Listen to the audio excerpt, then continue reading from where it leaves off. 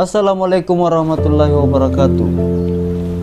Di tanah Bugis Makassar, ada 4 Yusuf yang menjadi tolak ukur dan berpengaruh kuat di negeri ini dan dunia internasional. Mereka masing-masing memiliki kriteria dan status quo.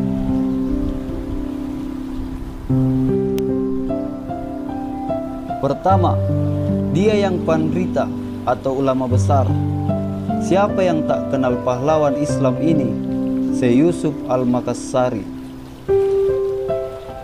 Terlibat dalam perang besar hingga diasingkan ke benua Afrika dan berdakwah di sana, serta memberi nama salah satu kota Makassar di Afrika Selatan. Terlahir dengan nama Muhammad Yusuf. Syekh Yusuf lahir dari pasangan Abdullah dan Aminah pada tanggal 3 Juli 1626. Sedangkan nama Muhammad Yusuf merupakan pemberian dari Raja Goa, Sultan Alauddin. Beliau menuntut ilmu agama dari guru ke guru, dilakoni Syekh Yusuf. Mulai dari Dain Rita Sammang, guru kerajaan Goa pada usia 15 tahun.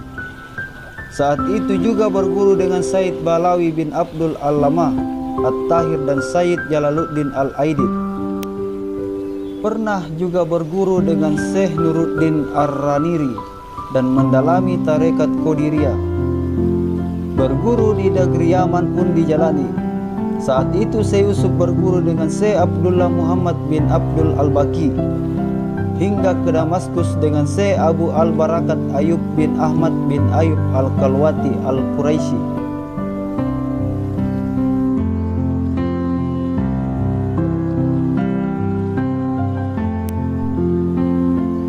Dan yang kedua, dia yang Pallapi Aro atau pemberani. Berasal dari Tanah Bone, dikenal sebagai barisan terdepan dari Indonesia Timur dalam berbagai pertempuran. Ya, namanya Jenderal Muhammad Yusuf. Membuat Soeharto gusar, bahkan meja presiden pernah digebrak. Sekelumit cerita menarik dari beliau. Ketika Jenderal TNI M. Yusuf masuk ke Cendana, rumah kediaman Pak Soeharto, disinilah ia berpapasan dengan Lim Sio Leong yang bercelana pendek tersebut. Beliau menyapa dengan gaya bahasa khas Makassarnya, "You mau kemana?" "Wah, mau menghadap Bapak Presiden," sahutnya. Jenderal Muhammad Yusuf naik pitam ketika itu. Dia panggil orang tersebut ke hadapannya. Jenderal Muhammad Yusuf sendiri saat itu dalam kondisi mengenakan PDH, pakaian dinas harian, jabatan Menhankam, yang memegang tongkat komando. Kemudian Lim Sio Leong datang ke hadapannya dengan mengenakan celana pendeknya. Langsung ditampar dan digebuk perutnya oleh M. Yusuf. "Kurang ajar kamu ya. Kamu tahu kamu itu mau menghadap siapa? Dengan mengenakan celana tidak sopan begini," teriak Jenderal Muhammad Yusuf.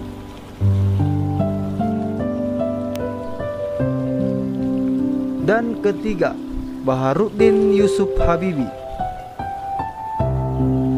Baharuddin Yusuf Habibi merupakan nama lengkap dari B.J. Habibie. Beliau lahir pada 25 Juni 1936 di kota Parepare, Sulawesi Selatan.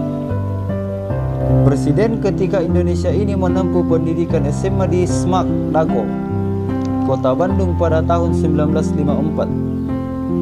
Ia kemudian melanjutkan pendidikan di ITB. Namun hanya beberapa bulan di ITB, kemudian ia memutuskan untuk mengikuti jejak teman-temannya untuk bersekolah di Jerman.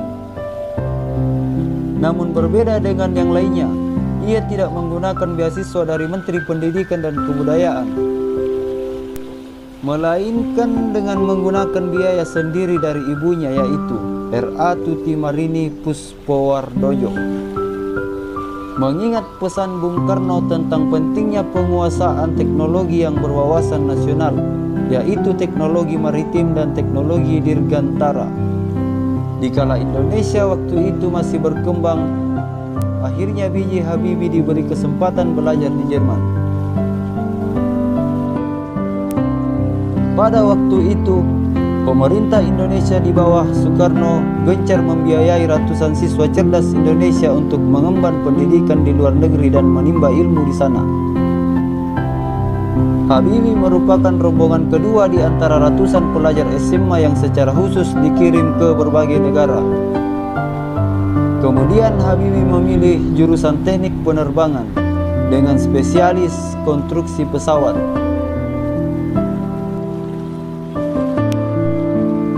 Dan terakhir, dia Tosugi, orang kaya. Yusuf ini tak usah saya jelaskan terlalu banyak. Tentunya kita semua sudah mengenal Bapak mantan Wakil Presiden RI ini. Tapi untuk lebih mengenalnya, saya sedikit menyampaikan biografi beliau kepada Anda. Beliau lahir 15 Mei 1942 di Watampone, Kabupaten Bone, Sulawesi Selatan.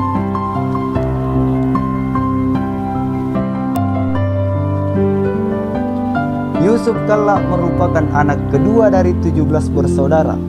Orang tua Yusuf Kalla dikenal sebagai seorang saudagar Bugis yang terkenal bernama Haji Kalla. Ibu Yusuf Kalla bernama Haji Atira. Di masa kecilnya, Yusuf Kalla tinggal di Watampone. Ia memulai pendidikannya dengan bersekolah di SD 2 Watampone, Bone. Namun saat ia di usia 10 tahun, ia bersama dengan saudara dan kedua orang tuanya pindah ke Makassar. Saat itu kondisi di Watampone sedang tidak kondusif. Terjadi banyak kekacauan ketika pemberontakan DITII meletus. Di Makassar, orang tuanya membeli sepetak ruko yang kemudian menjadi tempat tinggal mereka. Haji Kalla memilih untuk berdagang kain bersama dengan istrinya Haji Atira. Usaha kedua orang tuanya berkembang pesat pada waktu itu. Yusuf Kalla juga dikenal sebagai salah satu tokoh penting yang merintis perdamaian di berbagai wilayah konflik. Misalnya di saat kerusuhan Poso dan kerusuhan di Ambon. Demikian 4 putra hebat Sulawesi Selatan yang jasa-jasanya terhadap bangsa tidak terlupakan dan akan selalu dikenang.